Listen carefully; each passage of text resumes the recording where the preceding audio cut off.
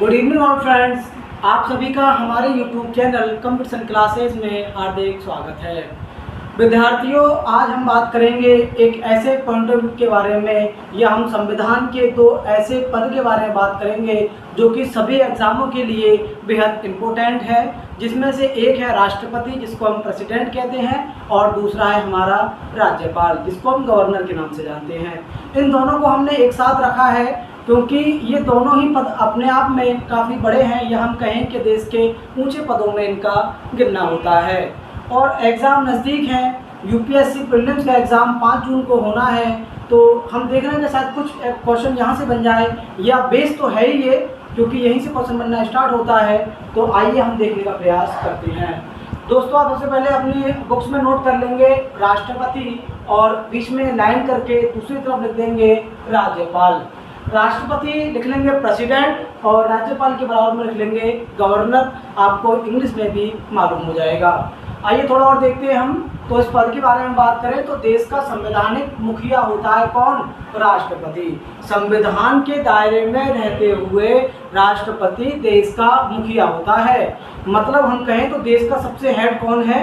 राष्ट्रपति है संविधान के दायरे में। लेकिन हम वैसे बात करें सरकार का मुखिया कौन होता है, तो सरकार का मुखिया होता है देश का प्रधानमंत्री या प्राइम मिनिस्टर। क्लियर है बात? क्योंकि जिसके हैंड ओवर सरकार हो, या सरकार में वो खुद आया हो और उसके हैंड ओवर मंत्रिमंडल काम करता हो, तो सरकार का मुखिया होगा देश का प्राइम मिनिस्टर। और वहीं हम राष्ट्रपति की बात करें तो राष्ट्रपति संविधान के हिसाब से देश का मुखिया है। एक बात आप समझ गए होंगे, वहीं हम दूसरा नजर डालते हैं। तो राज्यपाल को लेकर क्या कहता है संविधान? तो राज्य का संवैधानिक मुखिया कौन होता है? राज्यपाल होता है। मतलब दोनों में सेम कहानी है। जब अगर देश की बात की जाएगी तो राष्ट्रपति देश का मुखिया है, और जब स्टेटों की बात की जाएगी या राज्यों की बात की जाएगी या सूबों के बारे में बताया जाएगा, जैसे उत्तर प्रदेश, बिहार, राजस्थान, पश्चिम बंगाल, तो उसमें हेड होगा कौन? राज्यपाल हेड होगा। संवैधानिक मुखिया है ये भी राज्य का। ठीक है, समझ गए आप मेरी बात को? अच्छा, अगला पॉइंट देखते हैं हम। अगला पॉइंट क्या है? तो इनके पद की हम बात करें तो ये किस आर्टिकल के तहत जो है संविधान में लिखा हुआ है? तो राष्ट्रपति पद जो है आर्टिकल 52 के तहत जो है संविधान में लिखा हुआ है, यह भारत का एक राष्ट्रपति होगा। क्लियर है बात? वहीं हम राज्यपाल की बात करें तो ये आर्टिकल 153 में इसका जिक्र किया गया है। दोनों को हमने सामने रखा है बराबर में, और ये दोनों ही एग्जाम के पॉइंट ऑफ व्यू से जो है बेहद इंपॉर्टेंट साबित होते हैं। इसीलिए हमने दोनों को एक साथ रखा है, जिससे कि दोनों को आप आसानी से याद कर सके। अगर हम बात करें राष्ट्रपति का पद या राष्ट्रपति का जिक्र किस आर्टिकल में है, तो आर्टिकल 52 में है। और 52 में एक जोड़ेंगे तो 53 होगा, और हमें 100 खुद जोड़ना है। तो 153 की हम बात करें तो ये होगा राज्यपाल का। तो राज्यपाल का जो बात कही गई है वो आर्टिकल 153 में है, और वहीं राष्ट्रपति की हम बात करें तो आर्टिकल 52 में है, आर्टिकल 52 में है। आगे चलते हैं, आगे देखते हैं कि आयु को लेकर हम बात करें, इनकी जो है उम्र कितनी रखी गई है, कि कितनी उम्र का व्यक्ति जो है देश में राष्ट्रपति या राज्यपाल बन सकता है। तो हम इनकी उम्र की बात करें तो न्यूनतम आयु 35 वर्ष होनी चाहिए। मतलब कम से कम किसी भी व्यक्ति को यदि राष्ट्रपति बनना है तो उसकी उम्र 35 वर्ष होनी चाहिए। अगर इससे कम उम्र होगी तो वो राष्ट्रपति नहीं बन पाएगा। आसान भाषा में आप ऐसे समझ लीजिए। तो कितनी आयु होनी चाहिए? न्यूनतम आयु 35 वर्ष होनी चाहिए। वही हम बात करें राज्यपाल की, तो राज्यपाल की भी सेम कहानी है। दोनों पदवी हासिल करने के लिए किसी भारतीय व्यक्ति को राष्ट्रपति या राज्यपाल बनना है तो उनकी पहली शर्त ये है कि उनकी उम्र जो है 35 वर्ष पूरी हो जानी चाहिए, तब वो जो है राष्ट्रपति या राज्यपाल बन पाएगा। इनके कार्यकाल की बात करें हम, कितने टाइम पीरियड तक जो इनका समय रहता है, टाइम पीरियड क्या है इनका, तो कार्यकाल की बात करें तो इधर भी 5 वर्ष है और इधर भी 5 वर्ष है। मतलब 5 वर्ष तक होता है। हम बात करें अभी देश के राष्ट्रपति के बारे में, जो कि प्रेजेंट में रामनाथ कोविंद है, और 7वें महीने में 2022 में ही जो है राष्ट्रपति का फिर से चुनाव होना है जुलाई में। तो 5 वर्ष पहले हुआ था, मतलब हमने 2017 में हुआ था, अब 2022 में फिर होना है राष्ट्रपति का। वही राज्यपाल की हम बात करें तो ये राष्ट्रपति की मर्जी के अनुसार या राष्ट्रपति के कहने पर ये और ज़्यादा टाइम तक जो है काम कर सकता है, या अपने गवर्नर के पद को आगे बढ़ा सकता है। तो ये राज्यपाल के लिए एक अपॉर्चुनिटी है, एक फ़ायदा है। राष्ट्रपति के कहने पर जो अपने कार्यकाल को ये बढ़ा भी सकता है 5 वर्ष से ज़्यादा, बाकी 5 वर्ष तो इनका है ही। दोनों बात सुन के चलिए, यहाँ इन दोनों में ये बात जो है बिल्कुल इक्वल है। 5 वर्ष इसका है, 5 इसका है, यहाँ पर 35-35 इक्वल है, ये दोनों चीज़ में इक्वल है। आर्टिकल की बात करें तो 52 और 153 है। आइए नीचे चलते हैं, देखते हैं शपथ की बात करें, इनको ओथ कौन दिलाता है, शपथ कौन दिलाता है। तो राष्ट्रपति की हम बात कर रहे हैं। राष्ट्रपति को शपथ दिलाने का काम करता है CJI, chief justice of India, या भारत के जो सुप्रीम कोर्ट है उसका मुख्य न्यायाधीश जो है शपथ दिलाता है किसको, राष्ट्रपति को, सुप्रीम कोर्ट का। बात समझ में आ रही है। सुप्रीम कोर्ट जो हमारा उच्चतम जो न्यायालय है उसका जो CJI होगा, चीफ जस्टिस ऑफ इंडिया, वो जो है शपथ दिलाएगा किसको, राष्ट्रपति को दिलाएगा। वही हम राज्यपाल की बात करें तो ये भी CJI कराएगा इसको भी, लेकिन ये हाई कोर्ट का होगा। Chief justice of India high court का जो है ये हेड होगा या मुख्य न्यायाधीश होगा हाई कोर्ट का। जो हाई कोर्ट का मुख्य न्यायाधीश है वो शपथ दिलाएगा राज्यपाल को, और जो सुप्रीम कोर्ट का मुख्य न्यायाधीश है वो शपथ दिलाएगा राष्ट्रपति को। समझ गए आप मेरी बात को? क्योंकि हम बता दें आपको कि जो हाई कोर्ट है, हाई कोर्ट ना ज़्यादातर हम अगर अपने देश की हम बात करें तो एक राज्य में ना एक हाई कोर्ट होता है।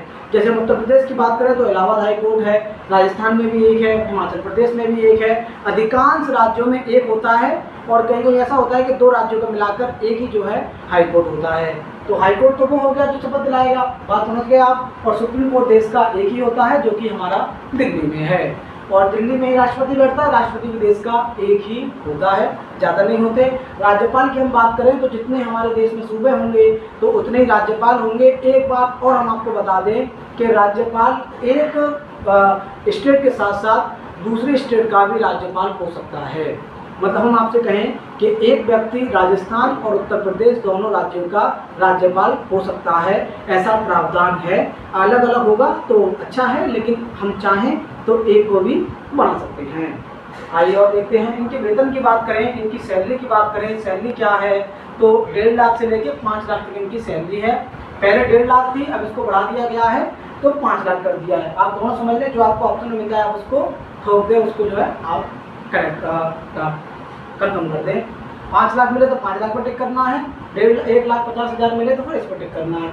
वहीं हम राज्यपाल की बात करें तो राज्यपाल की सैलरी है 1,10,000 से लेकर 3,50,000 तक। पहले 1,10,000 थी, बाद में इसमें प्रावधान करके सैलरी को बढ़ा दिया गया है। तो जो आपको एग्जाम में मिल जाए आप उस पर आराम से टिक कर देंगे, इसलिए मैंने दोनों को मेंशन कर दिया है। दोनों को जो मिक्सचर्स करके मैंने एक जगह पे इंक्लूड कर दिया है।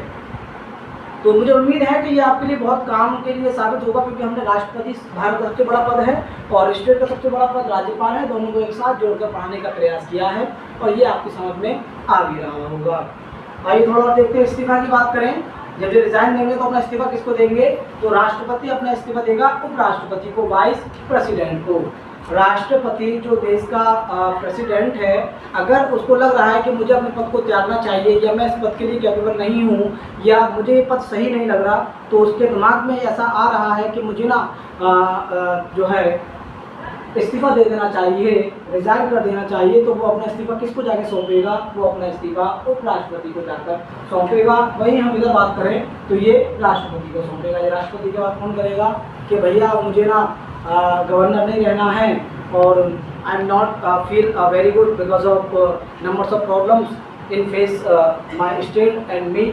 सो वो फिर क्या करेगा, अपना इस्तीफा जो है राष्ट्रपति को दे देगा। राज्यपाल अपना इस्तीफा किसको देगा, राष्ट्रपति को, और राष्ट्रपति अपना इस्तीफा किसको देगा, उपराष्ट्रपति को। यहाँ से क्वेश्चन को पूछा जाता है कि बताइए भारत का राष्ट्रपति अपना इस्तीफा किसको सौंपेगा, तो उपराष्ट्रपति को सौंपेगा।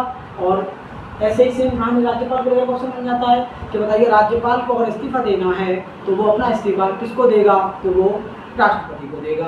क्लियर है बात? कोई प्रॉब्लम हो सकती है, कैसी भी कंडीशन आ सकती है, तो ये होता है। तो संविधान में हर चीज़ का प्रावधान लिखा है कि अगर कुछ भी हो तो हमें कैसे जो उसका समाधान करना है। आइए थोड़ा समझते हैं। जो राष्ट्रपति होता है इसके लिए एक और इम्पोर्टेंट पद है कि ये पीएम की नियुक्ति करता है। ये नियुक्ति करेगा कि देश का पीएम कौन होगा, देश का प्राइम मिनिस्टर कौन होगा। इसकी नियुक्ति कौन करेगा, देश का राष्ट्रपति करेगा। भाई हमारे देश में जो चुनाव होते हैं वो एमपी के होते हैं या एमएलए के होते हैं, मान लीजिए हम नरेंद्र मोदी जी की बात करें तो नरेंद्र मोदी जी चुनाव जीते वाराणसी से और चुनाव जीतकर लोकसभा में चले गए। तो अब यहाँ सरकार आवाम ने या पब्लिक ने ये तो फिक्स नहीं किया कि ये जो है देश के प्रधानमंत्री होंगे। तो वहाँ क्या होगा, जितने भी बीजेपी के नेता जीतकर चुनाव आए हैं वो सभी लोग जो है चुनेंगे या कहेंगे कि हमारे हिसाब से ये लीडर होना चाहिए, या ऐसा होगा उनसे पूछा जाएगा कि भैया बताइए कौन कौन जो है प्रधानमंत्री बनना चाहता है। तो मेरे हिसाब से 2 या 3 या 4 लोग ही अपना हाथ खड़ा करेंगे कि हम बनना चाहते हैं। भाई आज हम क्लास की बात करें, अगर मैं आपसे कहूँ कि इस क्लास में मान लो 20 लोग हैं तो बताइए मॉनिटर कौन कौन बनेगा। तो ऐसा तो नहीं कि पूरे 20 लोग कह देंगे मैं मॉनिटर बनूंगा। ऐसा होगा कि शायद 2 लोग कहें या 4 लोग कहें या 5 लोग कहें।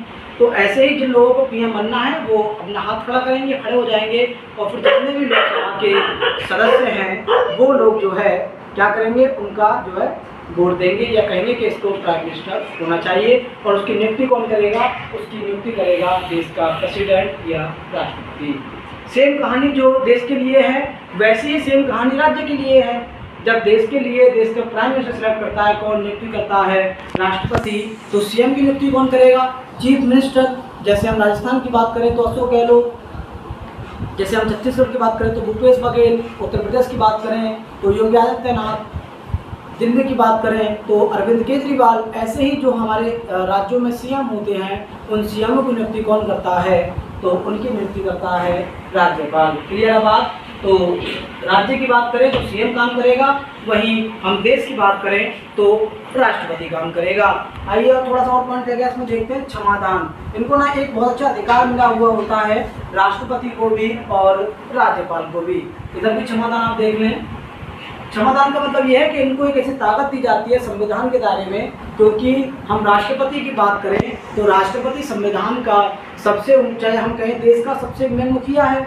भाई देश का मुखिया कौन है, राष्ट्रपति है। और हम आपसे कहें राज्य का मुखिया कौन है, राज्यपाल है। तो इनको कुछ ऐसी शक्तियाँ दी जाती हैं कि अगर इनको लग रहा है किसी व्यक्ति को क्षमा करना है, मान लीजिए किसी व्यक्ति ने मर्डर किया या कोई और ऐसा गुनाह किया जिसके लिए वो जेल में है या उसको सज़ा मिल चुकी है, तो राष्ट्रपति या राज्यपाल को ऐसा लगेगा कि इसने गलती नहीं की थी या इसको गलती का पछतावा है और अब ये सुधरना चाहता है और राष्ट्रपति को उस पर भरोसा हो रहा है, तो राष्ट्रपति उसको अपने भरोसे पर, उसको ये अधिकार है आर्टिकल 72 के तहत, आर्टिकल 72 के तहत राष्ट्रपति जो है किसी को क्षमा दे सकता है, उसको जो है माफ़ कर सकता है और उसकी सज़ा को या तो कम करा सकता है और हो सकता है माफ़ भी करा सकता है। ये राष्ट्रपति की मर्जी है, उसको उस व्यक्ति पर कितना भरोसा है, जितना उसको भरोसा होगा वो उसी हिसाब से काम करेगा। तो हम समझ रहे हैं आसान भाषा में कि राष्ट्रपति को जो आर्टिकल 72 के तहत जो है किसी भी व्यक्ति को माफ़ करने का अधिकार है। ऐसे माफ़ नहीं करना कि किसी ने हमसे कुछ बोला हमने उसको माफ़ कर दिया। माफ़ करने का मतलब यह किसी को सज़ा मिल चुकी है उसकी सज़ा को या तो कम कराना है या उसकी सज़ा में कुछ सहूलियत करानी है या सज़ा को ख़त्म कराना है। ऐसे जो है अधिकार दिए गए हैं राष्ट्रपति को आर्टिकल 72 के तहत। और आर्टिकल का जहाँ जिक्र होगा तो वहाँ राष्ट्रपति का, वहाँ संविधान का जिक्र होगा, क्योंकि संविधान में जो आर्टिकल लिखे हैं और हम राष्ट्रपति पढ़ रहे हैं तो सबसे पहले लिखा ही है कि ये जो है संवैधानिक पद है, संविधान के दायरे में है कौन, राष्ट्रपति है। ऐसे अगर बात करें तो इधर आर्टिकल 161 है जो कि क्षमा करने का जो है एक प्रावधान है राज्यपाल के पास। राज्यपाल राज्य के किसी व्यक्ति को यदि माफ़ कराना चाहता है, उसकी सज़ा को कम कराना चाहता है, तो वो आर्टिकल 161 की मदद लेकर और कहकर राज्यपाल कि मैं आर्टिकल 161 का यूज करते हुए फला व्यक्ति को या तो इसकी साल इतनी कम करा रहा हूँ या मैं इसके लिए कुछ सहूलियत करा रहा हूँ। लेकिन वहाँ राष्ट्रपति की कुछ वैल्यू ज़्यादा है, कुछ उसके पास ताकत ज़्यादा है क्योंकि वो प्रेसिडेंट है। वहीं हम राज्यपाल की बात करें, गवर्नर की बात करें तो गवर्नर को जो है या तो सेना से संबंधित कोई बात है या मृत्यु दंड में वो जो है मदद नहीं कर सकता। मान लीजिए किसी को मृत्यु दंड मिल गया है, किसी को फांसी की सज़ा मिल गई है, तो उसमें राज्यपाल जो है उसकी सज़ा को कम नहीं करा सकता है, ये उसके पास अधिकार नहीं है। सेना और मृत्यु दंड में जो है वो हस्तक्षेप नहीं कर सकता है राज्यपाल, और राष्ट्रपति कहीं भी किसी भी चीज़ में हस्तक्षेप कर सकता है। तो दोनों की कहानी आपने समझ ली होगी। आइए इसके बाद और देखते हैं अध्यादेश। ये भी एक इम्पोर्टेंट फैक्ट है जो कि हमारे देश के लिए बेहद इम्पोर्टेंट है। इसके आर्टिकल की हम बात करें तो 123 आर्टिकल कह रहा था अध्यादेश के बारे में, और यहाँ हम बात करें अध्यादेश को लेकर तो इसको आर्टिकल 213 कह रहा है। तो आप यहाँ आर्टिकल नोट कर लेंगे। आर्टिकल 123 के तहत जो है राष्ट्रपति को अध्यादेश जारी करने का अधिकार है। आइए इस कहानी को थोड़ा सा हम समझते हैं और इस आर्टिकल को हम समझे कहानी के रूप में। हम आपको बता दें कि हमारे देश में जो लोकसभा और राज्यसभा है, इनका एक टाइम होता है, एक निश्चित काल होता है जिस टाइम पर जो है ये वर्क करती हैं। लेकिन मान लीजिए कोई डिफ़िकल्ट कंडीशन आ जाती है देश के अंदर, आकस्मिक कोई घटना आ जाती है, या मान लीजिए कोविड आ गया और जो हमारी लोकसभा और राज्यसभा हैं उनमें अभी काम नहीं हो रहा है। देखिए एक शीतकाल में काम होता है ना, अप्रैल में जो है बजट पेश किया जाता है। ऐसे करके मान लो छुट्टियाँ चल रही हैं और लोकसभा में काम नहीं हो रहा है, तो हमें क्या करना है, देश को बंद करना है या हमें लॉकडाउन करना है। तो वो कौन करेगा, वो राष्ट्रपति करेगा। राष्ट्रपति को एक अध्यादेश या अध्यादेश हो गया वो आकर कहेगा, या तो न्यूज़ पर आकर कहे या वो किसी चिट्ठी के माध्यम से, किसी लेटर के माध्यम से लोगों तक अपनी बात पहुंचाए कि हमारे देश में हालात ख़राब हो चुके हैं और कोविड का कहर बढ़ता जा रहा है और हमें क्या करना है कि कल 7 बजे से जो है हमारे देश में लॉकडाउन लग जाएगा। मतलब अध्यादेश जारी करने का तो या राष्ट्रपति एक लेटर या एक अध्यादेश लिखकर प्राइम मिनिस्टर को दे दे और प्राइम मिनिस्टर उसको जो है मीडिया पर आकर या टेलीविजन पर आकर बता दे कि हमें जो है देश में ऐसे ऐसे इस्तेमाल करना पड़ रहा है। ऐसा जो हमारे देश में जो है इमरजेंसी लगी थी इंदिरा गांधी के टाइम पर और राष्ट्रपति फखरुद्दीन अली अहमद खान थे, तो वहाँ एक अध्यादेश का यूज़ किया गया था और उनका एक आदेश आया कि देश में इमरजेंसी लगाई जा रही है। तो ये अधिकार मिला हुआ है आर्टिकल 123 के तहत किसको, राष्ट्रपति को। और वहीं हम बात करें कि अगर राज्य में या किसी भी सूबे में, किसी भी स्टेट में कोई भी हमें जो है अध्यादेश जारी करना है या कोई भी हमें नया रूल्स बनाना है या कहना है लोगों को, तो इसको आर्टिकल हम देखें तो 213 के तहत जो है राज्यपाल कह सकता है। होगा क्या कि कोई भी जब अध्यादेश जारी होगा तो 6 महीने के अंदर जो है अगर राष्ट्रपति ने कहा है तो लोकसभा और राज्यसभा बैठेंगी और वहाँ पर इस बिल को जो है पास कराया जाएगा बहुमत के साथ। राष्ट्रपति ने कोई भी अध्यादेश जारी किया, और एक बात और मैं आपको बता दूं, राष्ट्रपति जो अध्यादेश जारी करेंगे, अध्यादेश का मतलब ये कुछ बात लोगों तक पहुँचाना। तो कोई भी अध्यादेश जब राष्ट्रपति देश के लिए संबोधित करेंगे तो वो खुद से नहीं करेंगे, वो सलाह मशवरा करके, प्राइम मिनिस्टर से बात करके, है ना, मंत्रिमंडल से बात करके, एक मीटिंग गठित करके जो है अध्यादेश जारी किया जाएगा। सेम कंडीशन यहाँ राज्यपाल के लिए है, वो मुख्यमंत्री से मिलेगा और जो है वो और जो वहाँ के मंत्री मिनिस्टर्स होंगे उनसे बात करके जो अध्यादेश जारी किया जाएगा। तो ये ऐसा पावर है जिसको कभी भी यूज किया जा सकता है। भाई वेट तो नहीं किया जाएगा, मान लो कोविड बढ़ रहा है, हम वेट करेंगे 1 महीने बाद जो है लोकसभा या राज्यसभा के सदस्य बैठेंगे, एमएलए एमपी बैठेंगे और फिर जो है हम एक रूल्स बनाएंगे और फिर हम कहेंगे कि देश को जो है बंद किया जा रहा है या लॉकडाउन लगाया जा रहा है या इमरजेंसी लगाई जा रही है। ऐसा तो नहीं किया जाएगा। कॉमन सेंस वाली बात है कि जब कोई भी काम अर्जेंटली होना है तो उसको कौन करेगा, राष्ट्रपति करेगा, और राष्ट्रपति जो है देश का मुखिया भी है और ये जो है संविधान का पद भी है। सेम कहानी राज्यपाल के लिए है। दोनों इम्पोर्टेंट है, इसलिए दोनों को मैंने आमने सामने लिखकर दोनों के बारे में बताने का प्रयास किया है और मैं आशा कर रहा हूँ, आई होप कि आपको समझ में अच्छे से आ रहा होगा। और देखते हैं एक और इम्पोर्टेंट फैक्ट है, राष्ट्रपति के पास एक और ऐसी ताकत है कि भैया यहाँ तक दिखाना कैमरे को, तो लोकसभा भंग कर सकता है राष्ट्रपति आर्टिकल 85 के तहत। राष्ट्रपति को आर्टिकल 85 के तहत एक और बड़ा अधिकार मिला हुआ है। उस अधिकार की हम बात करें तो वो अधिकार है लोकसभा को भंग करने का। हमारे देश में लोकसभा और राज्यसभा तो सभाएं होती हैं, आपको पता है। लोकसभा में सभा होती है, एक बात आपको बता दूं मैं, जब हम लोकसभा राज्यसभा की बात करते हैं तो आप समझ लीजिए कि ये संसद है, या हम कहें दिल्ली के अंदर जो संसद है यहाँ महाराष्ट्र एमपी बैठते हैं, तो इसमें से एक है ये लोकसभा और ये है आपकी राज्यसभा। लोकसभा में वह सदस्य बैठते हैं जिनको पब्लिक के द्वारा चुना जाता है, जिनका चुनाव होता है पब्लिक के द्वारा। भाई लोकसभा का चुनाव हुआ, ये चुनाव जीते, यहाँ आके बैठ जाते हैं। तो इनका जो कार्यकाल है, जो इनका टाइम टेबल है, कितने वर्ष का ये काम करेंगे, तो ये 5 वर्ष तक कौन रहेंगे, एमपी रहेंगे। 5 वर्ष बाद फिर चुनाव होगा देश के अंदर और फिर नए लोग या वही लोग चुन कर आएंगे। हम राज्यसभा की बात करें तो इसका कार्यकाल रहता है 6 वर्ष का, 1 वर्ष ज़्यादा रहता है। और यहाँ पर हम डायरेक्टली नहीं चुनते, ये हम कहें कि राज्यसभा के अंदर जो एमपीज बैठते हैं इनका डायरेक्ट चुनाव नहीं होता, ये हम कहें इसमें पब्लिक भाग नहीं लेती, पब्लिक वोट नहीं डालती है। जो एमपीज यहाँ चुन कर आते हैं पब्लिक के द्वारा, मैं आपको समझा दूँ कि ये पब्लिक है, ये पब्लिक है, ये पब्लिक है, ये चुन रही है किसको, एमपीज को चुन रही है, लोकसभा के एमपीज को। ये लोकसभा के एमपी किसको चुनेंगे, राज्यसभा के एमपी को। तो हम बात कर रहे हैं राज्यसभा जो हमारी है, राज्यसभा कभी भंग नहीं होती, क्योंकि ये जो 6 वर्ष तक इसका कार्यकाल रहता है और 1/3 लोगों को 2 वर्ष बाद हटा दिया जाता है। हम कहें कि 1/3 लोगों को 2 वर्ष बाद हटा दिया जाता है। मतलब आप ये समझ लीजिए 3 लोगों में से एक व्यक्ति को 2 साल बाद हटा दिया जाएगा, 2 साल करके हटते रहते हैं और वहीं नए लोग आते रहते हैं। तो राज्यसभा कभी भंग नहीं होती। लोकसभा भंग हो सकती है राष्ट्रपति के आदेश के अनुसार या राष्ट्रपति के कहने पर। आर्टिकल 85 के तहत राष्ट्रपति को यह अधिकार मिला हुआ है कि वो चाहे तो लोकसभा को भंग कर दे और फिर हो सकता है बात तो दोबारा से नए चुनाव हों या फिर जो भी नए नियम कानून बने वो एक अलग बात है। मतलब राष्ट्रपति को लोकसभा को भंग करने का अधिकार आर्टिकल 85 के तहत मिला हुआ है, राज्यसभा को कोई भंग नहीं कर सकता है। क्लियर है बात। अब और एक बार देखते हैं यहाँ विधानसभा को भंग कर सकता है कौन, राज्यपाल। आर्टिकल 174 के तहत राज्यपाल को भी अधिकार मिला हुआ है कि वो चाहे तो जो है विधानसभा कहाँ होती है, राज्यों में होती है। विधानसभा और विधान परिषद कहाँ होती है, राज्यों में। लोकसभा और राज्यसभा कहाँ होती है, केंद्र में। या लोकसभा या राज्यसभा जो है वो केंद्र, जैसे दिल्ली में हमारी है, या यहाँ पर एमपीज बैठते हैं वो लोकसभा राज्यसभा कहलाती है। यहाँ पर एमएलए बैठते हैं वो विधानसभा या विधान परिषद कहलाती हैं। अंडरस्टैंड। विधानसभा जो है देश के हर राज्य में है और विधान परिषद की बात करें हम तो 7 राज्यों में विधान परिषद है, जैसे उत्तर प्रदेश में भी है। जो बड़े राज्य है वहाँ पर विधान परिषद भी है। तो आइए एक और पॉइंट देखते हैं जो आखिरी पॉइंट बचा है। राज्यसभा में 12 एमपी मनोनीत कर सकता है कौन, राष्ट्रपति।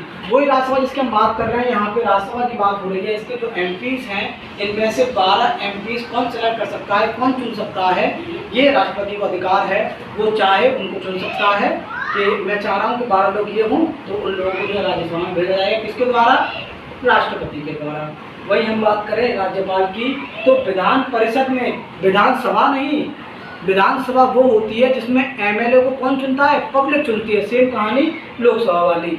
हम बात करें विधानसभा की तो विधानसभा में जो एमएलए होते हैं वो कौन चुनता है, पब्लिक चुनती है।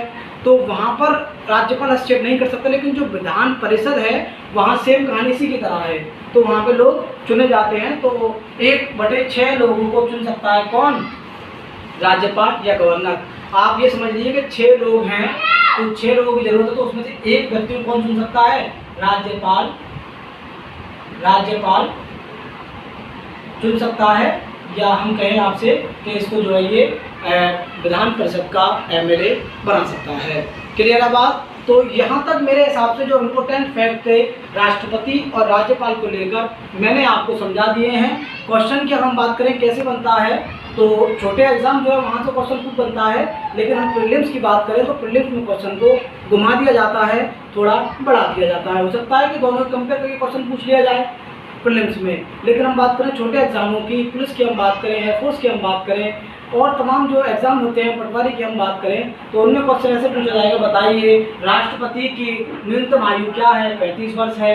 हम कहें कि ये किसकी नियुक्ति कर सकता है तो पीएम की नियुक्ति कर सकता है। इसको क्षमादान क्वेश्चन थोड़ा सा यहाँ से बनेगा, यहाँ से टिपिकल बात स्टार्ट हो जाती है ये 3 वाली कि क्षमादान करने का अधिकार जो राष्ट्रपति को दिया गया है, बताइए वो किस आर्टिकल के तहत है। तो आर्टिकल 72 के तहत जो राष्ट्रपति को किसी को भी क्षमा करने का अधिकार है। वहीं सेम कहानी यहाँ आ जाती है राज्यपाल को लेकर आर्टिकल 161 के तहत। क्लियर बात। तो ये सभी फैक्ट आपके लिए इम्पोर्टेंट थे और हम उम्मीद करते हैं कि ये हमारी वीडियो आपके एग्ज़ाम के पर्पज़ से काफ़ी काम आने वाली है और आपकी नॉलेज को बढ़ाने का भी ये काम करेगी। और ये तो एग्ज़ाम की जो तैयारी कर रहे हैं या मान लीजिए कमीशन की तैयारी करते हैं उनके लिए तो इम्पोर्टेंट है ही, लेकिन जो व्यक्ति भारत का नागरिक है तो उसको भी पता होना चाहिए कि हमारे देश का जो राष्ट्रपति है उसके पास क्या क्या ऑथराइज हैं, राज्यपाल के पास क्या क्या अधिकार हैं। तो उनको भी जो है नॉलेज के माध्यम से पता होना जरूरी है। धन्यवाद।